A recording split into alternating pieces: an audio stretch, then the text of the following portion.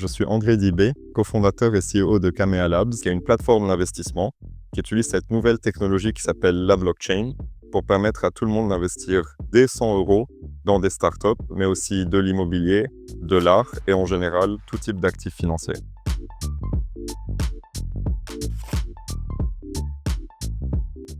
Token et equity sont deux manières qui sont très différentes de financer une entreprise. Parlons déjà de l'equity. C'est ce qu'il y a de plus classique, c'est ce que les entreprises font historiquement pour se financer. Elles vont céder une partie de leurs actions contre un financement. Donc les investisseurs deviennent copropriétaires, actionnaires de l'entreprise, et à ce titre, ils ont un droit de vote, une influence sur la gouvernance de l'entreprise. Contrairement à l'autre option, qui est donc la levée de fonds en token, en fait, le principe consiste à créer des jetons numériques sur cette technologie qui s'appelle la blockchain. Et c'est là que ça devient intéressant parce qu'on peut distinguer globalement deux catégories de tokens. Les plus courants, les utility tokens, qui vont donner accès à un produit, un service, une fonctionnalité, des droits sociaux éventuellement, mais pas directement des droits de vote dans l'entreprise. Et c'est le cas par exemple des tokens comme Bitcoin. Il y a aussi les security tokens, qui eux sont des titres financiers, mais il y a encore tout un flou juridique autour de ça, car la réglementation est en constante évolution. Les utility tokens sont le plus souvent beaucoup plus liquides que les security tokens ou que les actions, car on peut échanger ces valeurs sur des marchés ouverts 24 heures sur 24, 7 jours sur 7. Un dernier point très important, c'est la réglementation. Elle est très stricte pour l'equity, c'est déjà très bien encadré. C'est plus flou pour les tokens. En Europe, il existe un cadre très clair, mais pas encore aux États-Unis, par exemple. Donc en général, l'equity va être réservé à des investisseurs institutionnels, quand le token est souvent utilisé pour une plus large gamme d'investisseurs communautaires.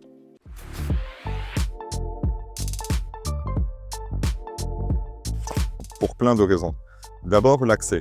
Comme on vient de le dire, la crypto-monnaie est accessible 24 sur 24 et dans le monde entier et à tout le monde, et pas qu'aux investisseurs les plus fortunés.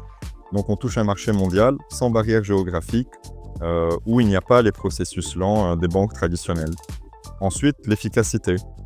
Les transactions sur la blockchain sont instantanées ou quasi instantanées. On peut en plus de ça automatiser tout un tas de processus, et donc ça réduit non seulement les coûts et le temps, mais aussi la paperasse et les opérations qu'il faut faire dans une levée.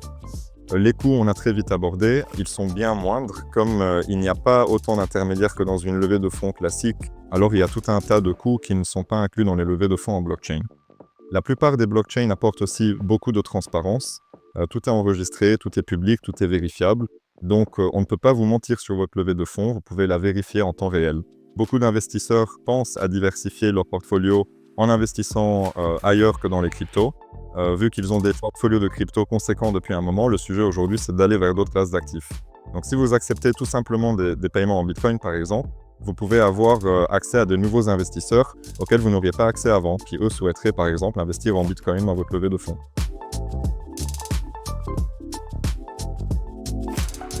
La chose la plus importante est que le token doit servir à quelque chose. Donc il doit avoir une utilité claire. Pourquoi est-ce que les gens vont l'acheter? Est-ce qu'il résout un problème? Est-ce qu'il va donner certains droits ou services à ses investisseurs? Donc soyez très précis, très concret sur l'utilité de votre token, que ça ne soit pas simplement un token spéculatif où on ne sait pas ce qui en donne la valeur à part la spéculation. En parlant de spéculation, préparez-vous à une très très forte volatilité du marché crypto. Les marchés sont ouverts 24 sur 24 et 7 jours sur 7. Et une fois que le token est disponible, il est soumis à la spéculation et vous n'aurez que très peu d'impact sur sa valeur, à part si, encore une fois, il a une utilité très claire. Et enfin, il y a l'incertitude réglementaire. Les lois changent dans les pays. L'Europe est novatrice en termes de réglementation, mais ce n'est pas le cas partout. Donc attention à votre token, pensez bien à la qualification juridique, Utility Security Token. Mon conseil, c'est de vous entourer de professionnels, notamment d'experts juridiques, des avocats, mais aussi d'entreprises régulées comme Kamea Labs pour ne pas avoir à vous poser toutes ces questions. Enfin, il y a un point qui est très souvent négligé, c'est la lutte contre le blanchiment d'argent et le financement du terrorisme. Il est primordial de vérifier l'origine des fonds de vos investisseurs dans toute transaction financière, y compris en crypto. C'est une obligation légale qui est au final peu connue des entrepreneurs et des entreprises. Des plateformes comme Kamea Labs vous permettent justement de le faire automatiquement, même pour des fonds payés en crypto.